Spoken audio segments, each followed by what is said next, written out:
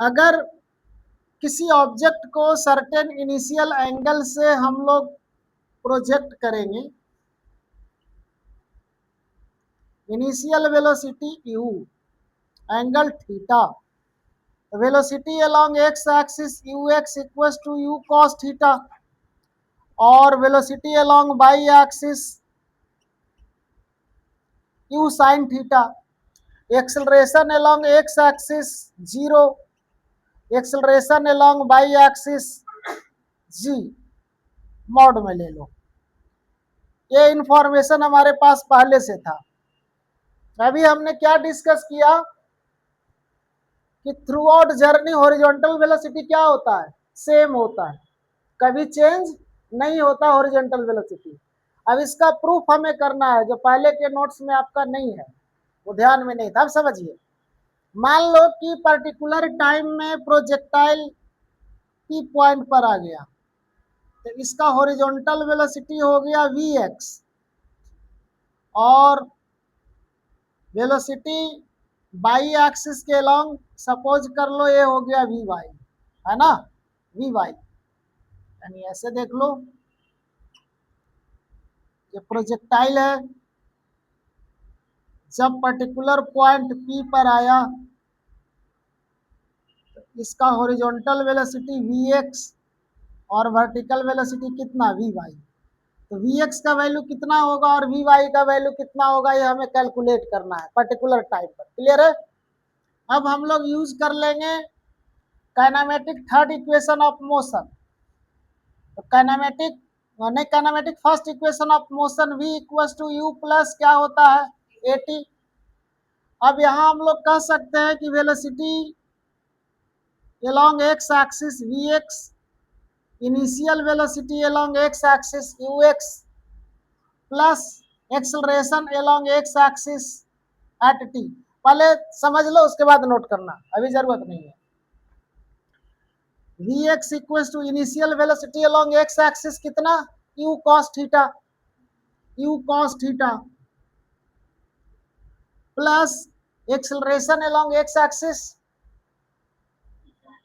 x axis के along acceleration कितना, 0, 0, और इंटू टी। एक्स एक्सिस के लॉन्ग एक्सेलरेशन 0 क्यों होगा? तो आप कहोगे कि सर एक्चुअल में जैसे ही हमने बॉल को प्रोजेक्ट किया या सर्टेन हाइट से बॉल को ड्रॉप करेंगे, ये जैसे ही हैंड से रिलीज हुआ, ये क्या हो गया, फ्री फॉल का केस हो गया। हैंड से रिलीज होने के केस में ये क्या हो गया, फ्री फॉल का केस। तो जब फ्री फॉल का केस होता है और हम लोग अगर सपोज कर लेते हैं कि आस पास सराउंडिंग में एयर नहीं है, एयर रेजिस्टेंस को निगलेक्ट कर देते हैं, इस पर क्या लगता है, acceleration due to gravity G के बराबर है ना। ओनली ग्रेविटेशनल फोर्स क्या करेगा, एक्ट होगा। और जी का वैल्यू कितना होता है, 9.8 मीटर पर सेकेंड स्क्वायर। और जी का डायरेक्शन क्या होता है, acceleration, acceleration directed towards the centre of earth, directed towards the centre of अर्थ। सारा रामायण खत्म और सीता जी को पते नहीं। बॉल को यहां से अगर ड्रॉप करेंगे, ये किसको पॉइंट करेगा, सेंटर के तरफ पॉइंट करेगा। बॉल को यहां से अगर ड्रॉप करेंगे तो ये किधर जाएगा, हाँ, क्या नाम है, आकृति, तुमसे यही उम्मीद थी, इधर जाएगा। अरे नहीं, इधर आएगा। ऐसे कैसे, सेंटर के तरफ हमेशा अट्रैक्ट होगा। ये गोला के किसी भी कॉर्नर पर आप रहिए, इधर भी रहेंगे तो कहाँ जाएगा, ये सेंटर को ही पॉइंट करेगा। तो बोला अरे सर बचपन से ही तो बताया गया है कि यहाँ से बॉल गिर लो और नीचे आई लो, तो ये गोला से बाहर में आप जा रहे हैं थोड़े। यानी सेंटर के तरफ क्या करेगा, कहीं पर भी होगा तो कहां पर अट्रैक्ट होगा,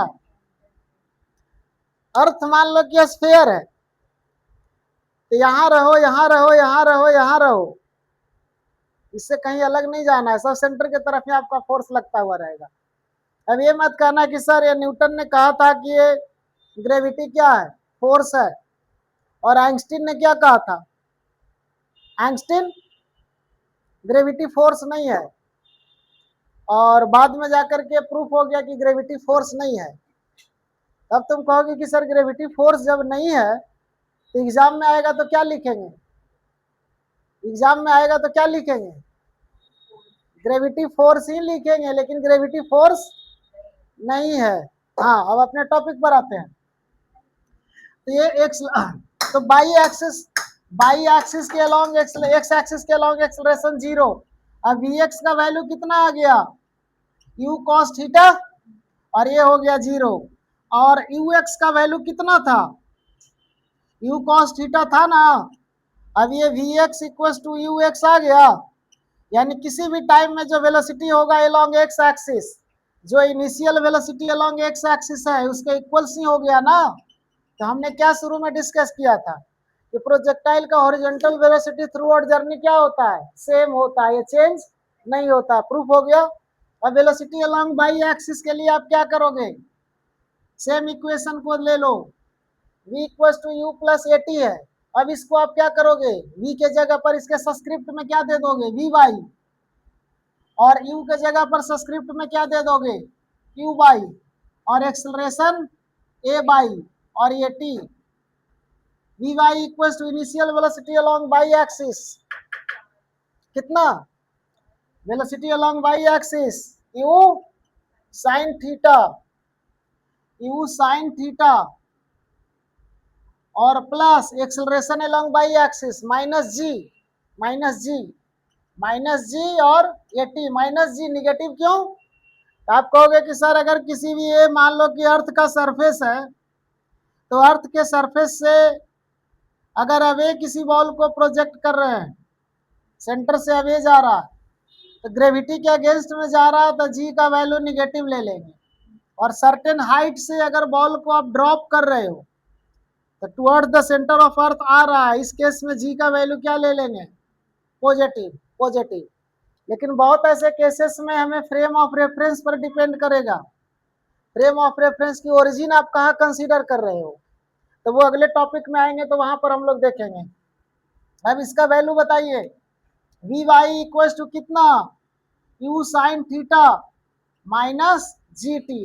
अब ये आ गया वेलोसिटी अलोंग बाई एक्सिस। तो किसी भी पॉइंट पर अगर वेलोसिटी हमें फाइंड आउट करना है तो क्या करना होगा, ग्राउंड लेवल से पर्टिकुलर पॉइंट तक जाने में जितना टाइम लगेगा वो टाइम आप पुट कर दीजिए। जी का वैल्यू आपके पास नोन है, जिस एंगल से आप प्रोजेक्ट किए ये वैल्यू आपको मालूम है, इनिशियल वेलोसिटी मालूम है, वो आपका ये निकल जाएगा। क्लियर है यहाँ तक, इसको नोट कर लो तुम लोग।